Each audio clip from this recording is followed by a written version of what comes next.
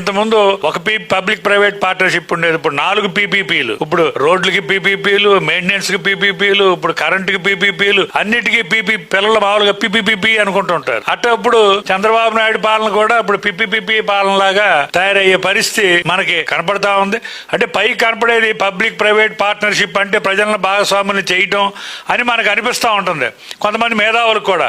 కానీ సారాంశం ఏంటంటే ప్రభుత్వం ప్రజలకు కల్పించాల్సినటువంటి సేవలు గాని మౌలిక సౌకర్యాలను కల్పించాల్సిన బాధ్యత ప్రభుత్వానికి. ఆ బాధ్యతల నుంచి ప్రభుత్వం తప్పుకుంటున్నారు. వాటికి అయ్యే ఖర్చుని ఎవరైతే వాటిని అనుభవిస్తారో వాళ్లే భరించాలి అనేటువంటిది ప్రపంచ బ్యాంకు సిద్ధాంతం, ఈ పీపీపీల సిద్ధాంతం ఇది. అందుకని ఒకేసారి భారం వేయకుండా దఫాలుగా వాయిదాలు వేసేటువంటి పద్ధతుల్లో ప్రజల మీద భారం వేసే పద్ధతుల్లో చేస్తున్నారు. వాళ్ళు కొత్త ఎత్తుగడలు ఆలోచిస్తున్నారు.